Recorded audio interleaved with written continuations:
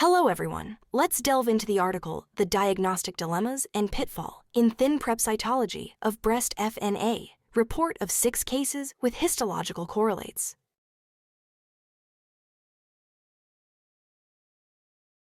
Firstly, what is FNA? FNA, fine needle aspiration, is a minimally invasive method used for tissue sampling and is important for cancer staging and management. However, use of breast FNA has declined over the past 20 years due to multiple factors, such as inability to distinguish between invasive and in situ carcinoma, and numerous diagnostic pitfalls that can cause either false positive or negative. Despite that, breast FNA is still useful for non-suspicious lesions and metastatic site sampling, especially in cases of very low or very high malignancy suspicion. Liquid-based cytology has also become more popular due to its advantage like better cell recovery, but comparison with conventional smears has led to identification of artifacts and diagnostic challenges. As such, the aim of this study is to highlight common diagnostic pitfalls and challenges in breast FNA using ThinPrep slides. This study used cytology breast specimens between 2011 to 2016 that were flagged for quality assurance at Memorial Sloan Kettering Cancer Center. These cases represented either discrepancies between cytological and histological diagnoses, or complex and educational cases. The specimens reviewed are direct smears, ThinPrep, and cell blocks which has been stained with DiffQuick, H and E, and Pap stains respectively. Clinical and radiological information were retrieved from electronic medical records. Cytologic features, diagnostic pitfalls on ThinPrep, and clinical radiological characteristics of each cases are discussed individually. This case involves a 51-year-old woman who presented with a breast lump. An ultrasound examination was performed, and the findings suggested that the lesion was benign. To further investigate, a fine needle aspiration, or FNA, was done using the ThinPrep method. When the ThinPrep slide was examined under the microscope, it showed high cellularity, crowded epithelial clusters, many single, well-preserved epithelial cells. Because of these features, the initial interpretation was suspicious for malignancy, specifically low-grade carcinoma. Since cytology alone was not enough, the findings were correlated with imaging, and an excisional biopsy was performed. The histopathology results confirmed that the lesion was actually a fibroadenoma, which is a benign fibroepithelial breast tumor. On the H&E biopsy, the lesion showed no invasion into surrounding tissue, no necrosis, no significant nuclear atypia. These features confirmed the benign nature of the lesion. Now let's understand why fibroadenoma can look like carcinoma on ThinPrep slides. ThinPrep processing involves homogenization and filtration, which can change how cells appear. Because of this, the typical staghorn or branching pattern of fibroadenoma may be reduced. Naked bipolar stromal nuclei may be decreased or lost. Myoepithelial cells can be removed during the filtration process. Cells may appear more dispersed and discohesive.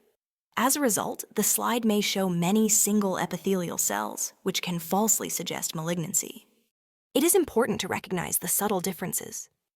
In fibroadenoma, the cells are usually cohesive uniform in size and shape, well-preserved, showing only mild nuclear atypia. In contrast, low-grade carcinoma typically shows discohesive cells, more obvious nuclear atypia. Absence of myoepithelial cells. From this case, we could see that ThinPrep cytology can alter the classic features of benign lesions, making them appear suspicious. Therefore, to avoid overdiagnosis, cytology findings should always be interpreted together with clinical, radiological, and histological information. Now, I want to talk about a case involving an 85-year-old woman. She previously had breast cancer in her left breast. Recently, she found a new mass in her right breast. The doctor performed an fine needle aspiration and using ThinPrep preparation for the slide. On the slide, they saw many single cells and some clusters. This led to a diagnosis of adenocarcinoma. However, after surgery, the final histology result was DCIS, ductal carcinoma in situ. DCIS versus fibroadenoma. This case is important because it looks very similar to a fibroadenoma from case 1, which is benign. So how do we tell the difference? There are two main things to look for. First, in carcinoma, we see many more single, atypical cells that are falling apart from the groups. Second, in benign cases, we usually see naked bipolar nuclei, that is myothelial cell. But in this cancer case, those were missing. If you don't see those bipolar nuclei, you should be very suspicious of cancer. Impact of ThinPrep. We also need to talk about ThinPrep, TP processing. TP is a great tool, but it can change how cells look. It often breaks large groups of cells into smaller pieces and creates more single cells.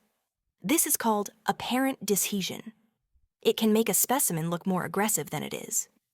As cytoscreener, we must remember that the machine processing can create these artifacts. As for the third case, the patient was a 61-year-old woman with a palpable lump in her left breast. Based on suspicious imaging, a fine needle aspiration was performed. On the ThinPrep slide, the sample was full of individual isolated cells that did not stick together. These cells were also plasmacytoid, meaning they had a teardrop shape. Because of these features, the initial diagnosis was a strong suspicion of invasive lobular carcinoma.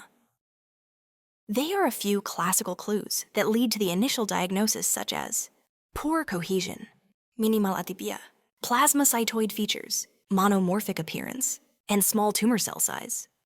However, when the tumor was eventually removed and examined as a whole, it was actually an invasive ductal carcinoma with a solid papillary pattern. This tumor type mimicked lobular carcinoma specifically because of its presentation on the ThinPrep slide. So, how did a ductal carcinoma end up mimicking a lobular cancer? The answer lies in the ThinPrep homogenization step. ThinPrep technology uses a machine to shake and filter the sample to clean it up. This leads to artificial dishesion. The ductal tumor grows in solid clusters.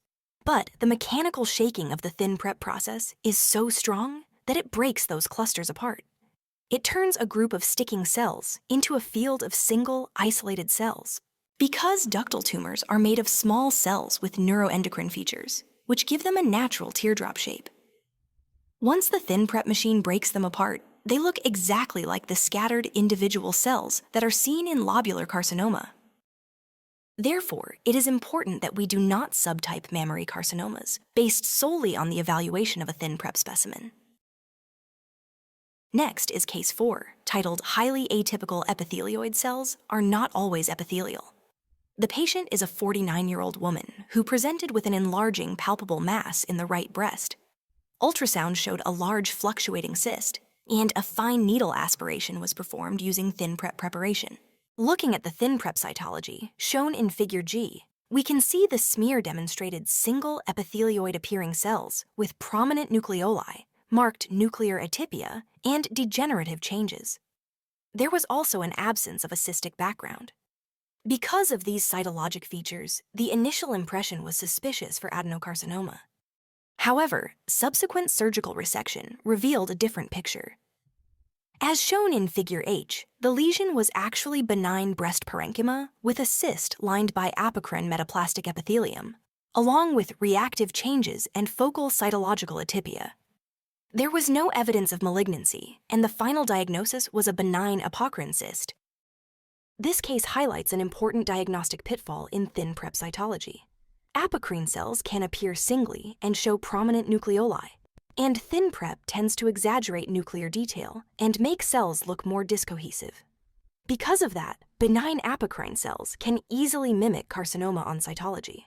So the key takeaway here is that an epithelioid appearance doesn't always mean epithelial malignancy, and correlating the cytology findings with the clinical and radiologic context is essential to avoid misdiagnosis.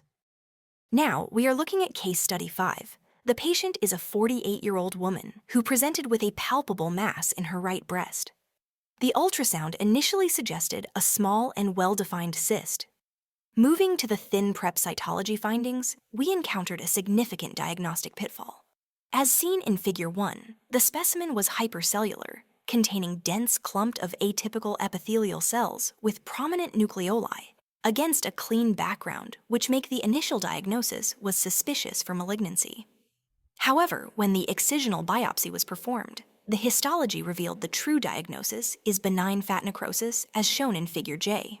The key characteristics that lead to an initial diagnosis of suspicious for malignancy include the presence of dense, clumped histiocytes that appear as atypical epithelioid cells with prominent nucleoli. Secondly, a hypercellular specimen resulting from ThinPrep processing, which concentrates the cells, and this sharply contrasts with the typical cytomorphology of fat necrosis, which is generally hypocellular. Lastly, a significant lack of characteristic background debris, which also lead to an overestimation of the cellular atypia. However, when the H&E section is performed, it demonstrates a non-suppurative inflammatory process within the adipose tissue, the presence of foamy histiocytes and multinucleated giant cells, as you can see, pointing by red arrows, evidence of dystrophic calcification surrounded by fibrous stroma, a common late-stage finding in fat necrosis that's shown by blue arrows, and this explains the clinical lump felt by the patient. So all these evidence crucially confirms the architecture is entirely benign, with no signs of cancerous invasion. To summarize, this case illustrates two types of mimicry, which is technical and biological mimicry. Starting with technical mimicry, which caused by the ThinPrep process itself. 1. The vacuum process concentrates a naturally discohesive histiocytes, becoming into dense, cohesive, and 3D clusters. 2. ThinPrep filters out the dirty background like necrotic debris and lipid vacuoles. This debris is a clue that the lesion is benign, and without it, the slide looks too clean, which is more common in malignant conditions. 3. The fixative used in TP sharpens nuclear membrane and enhances nucleoli, making it look more aggressive. For biological mimicry, it caused by the cell behavior, including 1. When the body tries to heal inflammation, the cells change their structure. Their nucleoli getting bigger, which is often mistaken for a sign of malignancy. 2. Next is epithelioid transformation. When reactive histiocytes undergo morphological changes, they develop abundant cytoplasm and enlarged nucleus, mimicking the epithelial cells. A 52-year-old woman with bilateral silicone breast implants presented with swelling of the left breast. This occurred 9 years after implant placement, classifying it as a late peri-implant seroma. This is clinically significant because late seromas are a red flag for breast implant-associated anaplastic large cell lymphoma, BIAALCL, a malignancy of immune cells rather than a breast carcinoma. Fine needle aspiration was performed. ThinPrep cytology revealed a highly cellular specimen composed of dispersed large atypical cells with coarse chromatin, prominent nucleoli, frequent mitoses, and occasional kidney-shaped nuclei. No cohesive epithelial clusters were identified, supporting a non-epithelial process.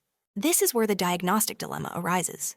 On ThinPrep, these cytologic features overlap significantly with reactive seromas, poorly differentiated carcinomas, and other high-grade lymphomas.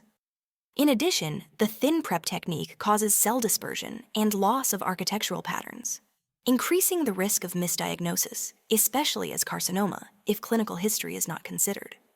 A major pitfall is failing to recognize that a late peri-implant seroma is suspicious, which assuming that a normal-looking implant capsule excludes malignancy, which is not true. So, relying on morphology alone is insufficient and can lead to misdiagnosis as carcinoma. So, because of limitations just now, further studies are essential. Immunohistochemistry on the cell block showed tumor cells positive for CD3, CD30, and granzyme B, and negative for CD20 and ALK, confirming the diagnosis of BIAALCL. Flow cytometry can also be helpful, but results must always be interpreted together with morphology and clinical findings.